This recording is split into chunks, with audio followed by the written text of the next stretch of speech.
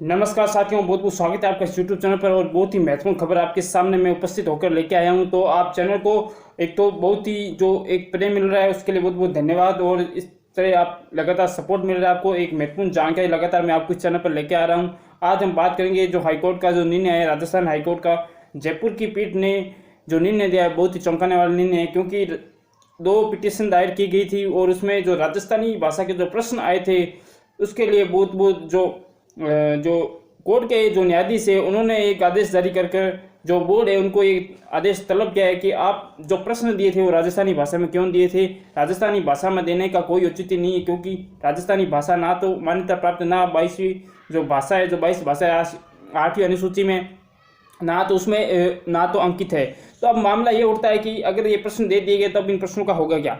देखो, अब 2 दिन के बाद में 2 पिटीशन दायर की गई थी। अब कोर्ट ने उनको एक जो बोर्ड हमारे जो है अधीनस्थ बोर्ड, उसको ये जो भेजा है, जो उसके बाद में 12 तारीख निश्चित की गई, 12 मई तारीख, उसमें वापस सुनवाई होगी। वापस सुनवाई होने के बाद में जब बोर्ड अपना पक्ष रखेगा और जब उसकी वापस सुनवाई होगी तो उसमें निर्णय होगा कि जो राजस्थानी भाषा के जो प्रश्न दिए थे वो क्या देने लायक थे या नहीं थे। क्योंकि राजस्थानी भाषा प्रश्न देने का मतलब ये हो गया कि सिलेबस में तो अंकित है कि राजस्थानी भाषा जो सिलेबस में दी हुई है, पर मामला ये नहीं है, मामला कुछ और है। मामला ये है कि अगर आपने राजस्थानी साहित्य प्रश्न पूछा था, मतलब जो सिलेबस में दिया हुआ था, तो राजस्थानी साहित्य से संबंधित था, आपने भाषा का उपयोग राजस्थानी क्यों किया, मेन मामला तो यहाँ अटका हुआ है।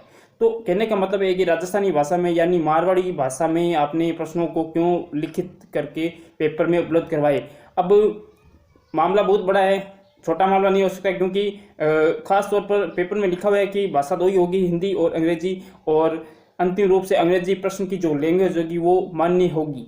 अब राजस्थानी भाषा में प्रश्न दे तो दिए, अब इन प्रश्नों का होगा क्या। अब इसका वापस मूल्यांकन होएगा, कोर्ट क्या करता है, इसका निर्णय 22 मई को हो जाएगा। उससे पहले कोर्ट से जवाब मांगा है, तो उसमें भी अब देखो क्या होता है। उसके बाद में कुछ और निर्णय होएगा। कोर्ट का निर्णय चाहे कुछ भी हो, मेन बात कोर्ट का निर्णय का ये मतलब है कि कोर्ट का निर्णय अगर मान लो प्रश्न डिलीट करने पे आता है तो भी भर्ती लेट होने के चांस है। अगर मान लो कोर्ट ये सुनवाई आगे से आगे टालता है तो भी इस भर्ती में रुकावट पैदा हो सकती है। अब मेन मुख्य मुद्दा यही है कि जो राजस्थानी भाषा के प्रश्न थे उसमें बोर्ड क्या जवाब देगा। अगर बोर्ड का जवाब अगर संतुष्ट होते हैं, अगर मतलब जो कोर्ट के न्यायाधीश संतुष्ट होते हैं, तो फिर क्या इस याचिका को वहीं पर खारिज कर दिया जाएगा। अगर बोर्ड अगर संतुष्ट नहीं होते हैं तो फिर क्या होएगा, इन प्रश्नों को या तो डिलीट किया जाएगा।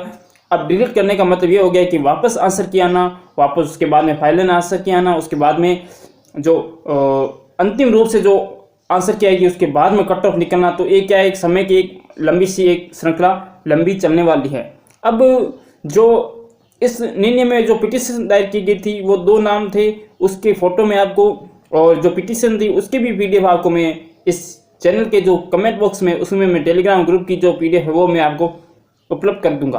अब वीडियो में भी आप देख सकते हैं कि जो पिटीशन दायर की गई थी उन 2 व्यक्तियों का नाम, और उसके अलावा जो जयपुर की पीठ है वहाँ पर ये पिटीशन दायर हुई थी। अब वो मेन मुख्य मुद्दा यही है कि अगर ये भर्ती लेट होती है तो ये अगली आने वाली रीट की भर्ती को भी प्रभावित करेगी। और ये भर्ती अगर लेट होती है तो आप मान के चलिए कि अगर 5-6 महीने अगर इस भर्ती पर स्टे आ जाता है तो फिर इस भर्ती पर बहुत बड़ी परेशानी, और जो बच्चे इनका पेपर दे रखे हैं उनको भी बहुत बड़ी परेशानी हो सकती है।